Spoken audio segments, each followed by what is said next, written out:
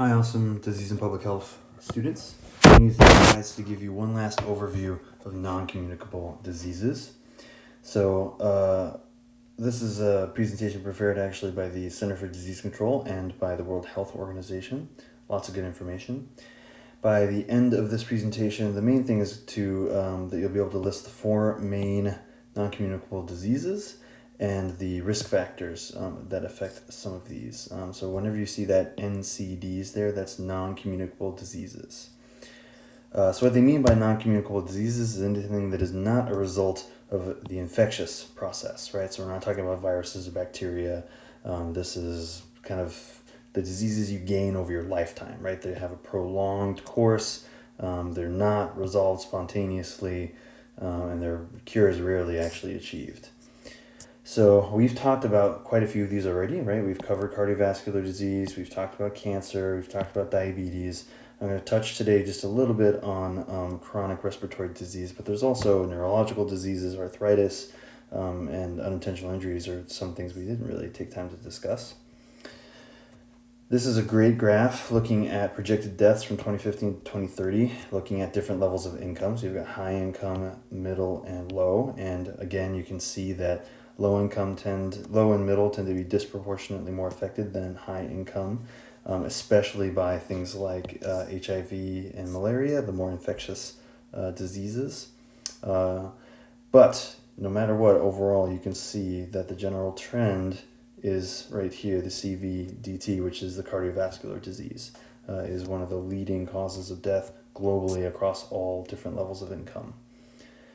So we're also going to talk about risk factors, and this is where I think things get interesting, right? This is the aspect of personal behavior or lifestyle, of the environmental exposure, hereditary characteristics associated with increased occurrence of a particular disease or injury, right? So these are the things that tend to contribute to the development of non-communicable diseases. And why it's interesting to study these is because some of them are modifiable. There are certain behaviors, specifically these ones, like physical inactivity, use of tobacco and alcohol, and eating an unhealthy diet, that can be adjusted. That could be in order to improve health. And you can see those major ones that we listed, tobacco use, eating an unhealthy diet, physical inactivity, and harmful use of alcohol are the major contributors to the leading non-communicable diseases that we have discussed. They're involved in all of them. So let's talk about the four leading types, just as kind of a general review. We talked about cardiovascular diseases. This is diseases of the circulatory system. Specifically, it's the build of a plaque inside arteries and veins that tends to narrow the passage of blood and prevents important muscles in the heart or brain tissue, in the case of a stroke, from getting enough oxygen.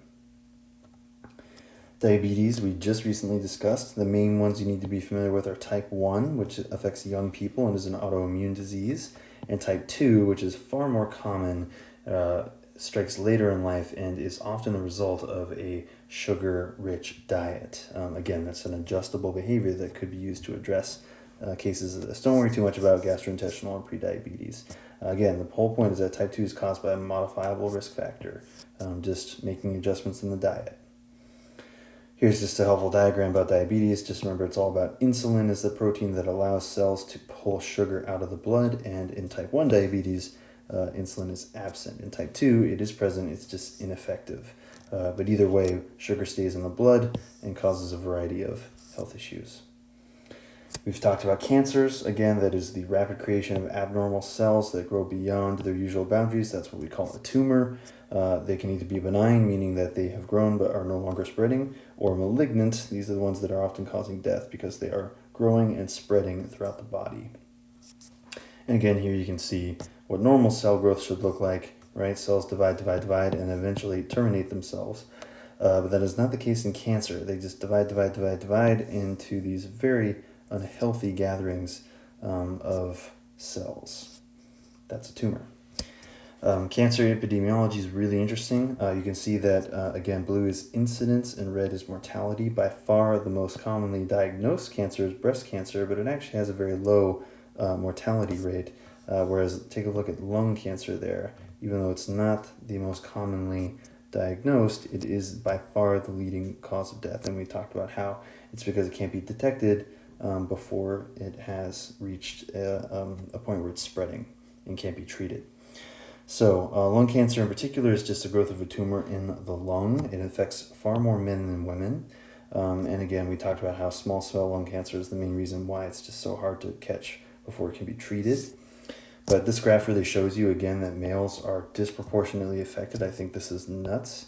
And you can see as well that it is striking and killing more people in more developed regions. And so again, cigarette smoking is the number one risk factor, and that is a totally avoidable, adjustable behavior.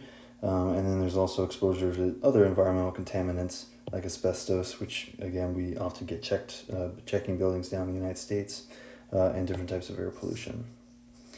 Now, chronic respiratory diseases, there's a whole collection of them, but the main one you're going to hear about is called COPD, which is just chronic obstructive pulmonary disease. Now, the key word there is obstructive. It just means that your lungs aren't working. You can't breathe as much.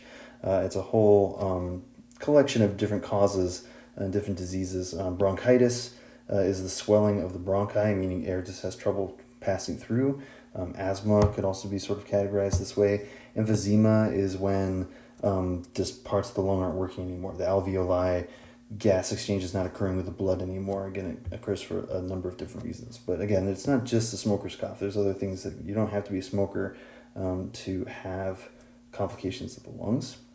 Now, all of these leading non-communicable diseases we've been talking about are rooted, literally, in certain risk factors, right? And we've mentioned some of these already. But the key thing is that a lot of these are totally adjustable. And so that's important because if we can identify certain risk factors and then reduce the risk by changing the behaviors, then we reduce the burden of disease. And so there's lots of effort being put into this now. Again, tobacco use kills half of its users. That's just nuts. And again, vaping is now kind of being studied and brought into the same program. And while it definitely has been shown to be not as harmful as direct tobacco use, it's definitely not the super clean, healthy thing that they often advertise. And again, totally something that could be adjusted.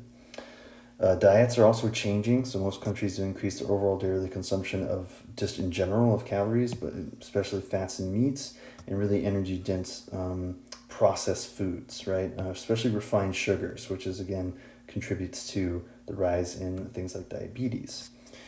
In addition to eating much more sugary foods, we're also not as active, right? And this has been closely tied with non-communicable diseases such as type 2 diabetes, but even weird things like breast cancer. And again, physical activity has so many benefits. That's something that people should be exercising regularly every day, even for short periods of time. They recommend about 20 to 30 minutes of exercise daily if possible. And that could include walking.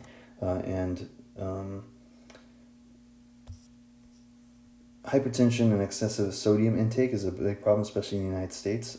It's not something a lot of people think about, but excess sodium in your blood is also really, really bad, and contributes to plaque and heart attacks and things like that as well, especially in the form of cholesterol.